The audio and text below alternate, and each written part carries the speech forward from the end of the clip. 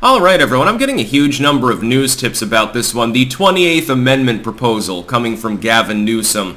About 13 different people over the last 24 hours sending me messages about it, so I figured I'd better make a video on the topic. Here's some sane analysis of the process with which an amendment would need to go through, one potential legal challenge with regards to it, the historical precedents actually of the constitutional amendment removing personal rights, not unprecedented, but there's only one other example. We'll get into that, of course, prohibition, etc., etc.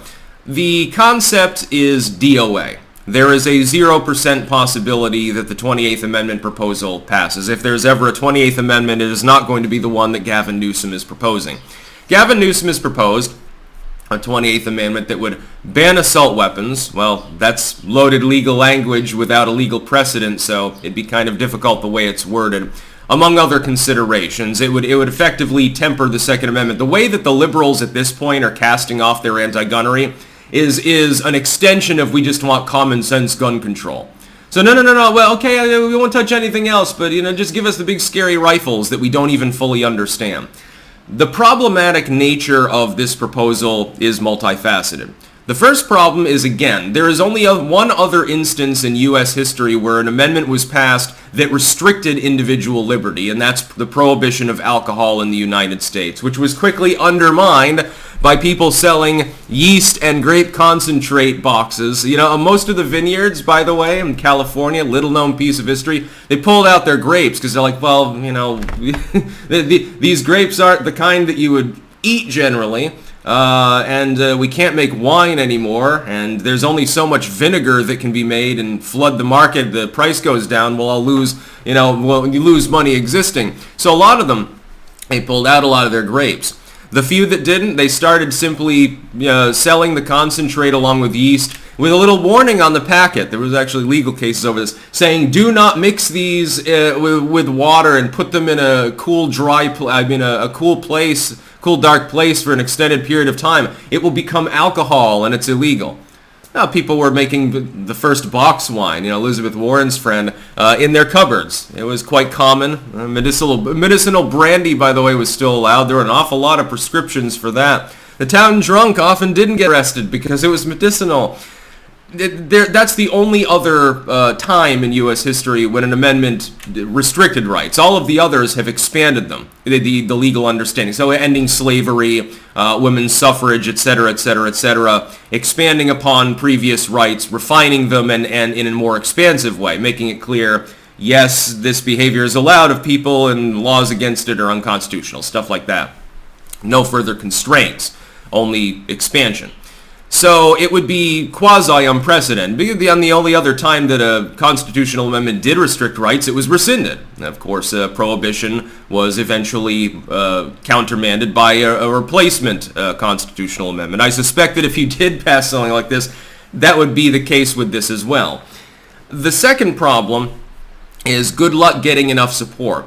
Because in order for the constitutional amendment to be triggered, you're going to need massive federal level support in Congress, which you don't have, or you need a vast plurality of states to be on board to trigger a constitutional convention.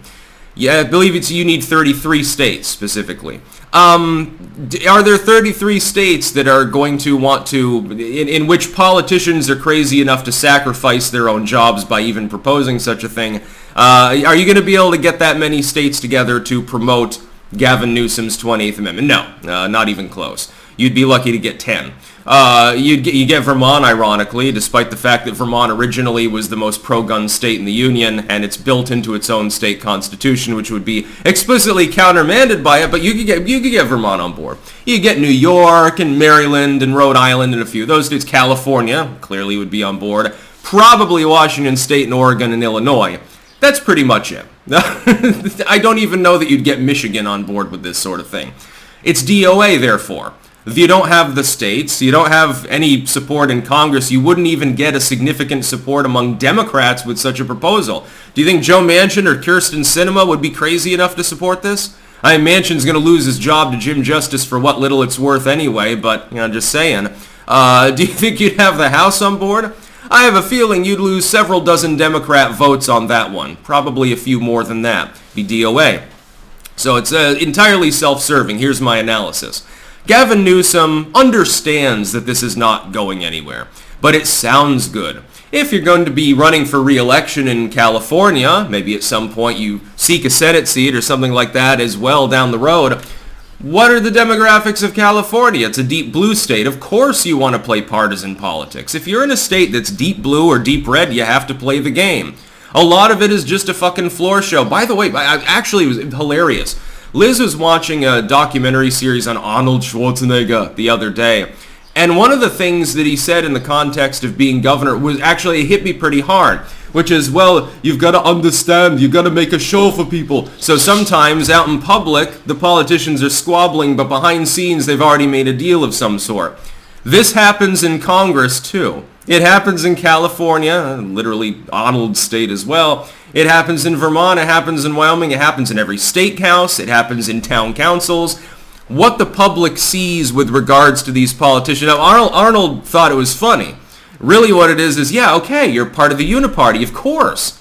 You're negotiating with people who often have a deep-seated hostility towards their own constituents, and then you smoke cigars at the end of the day, profusely. He still does that. What is he, in his fucking 70s at this point? Yeah, you have the nicotine at some point. Switch to weed, I suppose. Gavin has put this forth as a floor show. It looks good for his blue voters. And he can ride at the head of the conversation. Now the leftoids will want a national conversation about this common sense constitutional amendment. It's not going anywhere. You won't even get half the neolibs on board, but Gavin happens to be the one that started the conversation, so he reaps the rewards from that. The other thing is that Gavin Newsom is on a short list should Biden croak all of a sudden because he's 81 years old and in poor health and it's declining rapidly. He's looking at, well, on the off chance in the next year or so, Biden does conk out or get, eliminated from running by incapacity. He's had a stroke and he's paralyzed from the waist down and he's not looking like JFK. Gavin would be at the head of the list as a replacement. And he knows this, so he's posturing himself to have more clout within the Dem Party.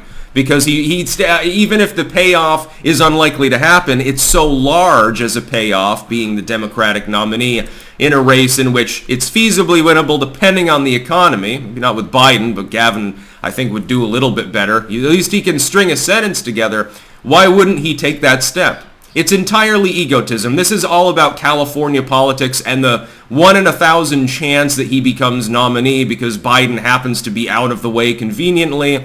It's not about actually attempting to start a national debate over expanding the Constitution to deliberately countermand, and this is the problem, another amendment. Let's say that the Second Amendment is effectively countermanded by a new amendment. That could be a legal problem. I think that we would have a difficulty. I think that explaining it to the voters would not go over well, by the way, and there'd be an awful lot of voting accidents. That's about all. Peace out.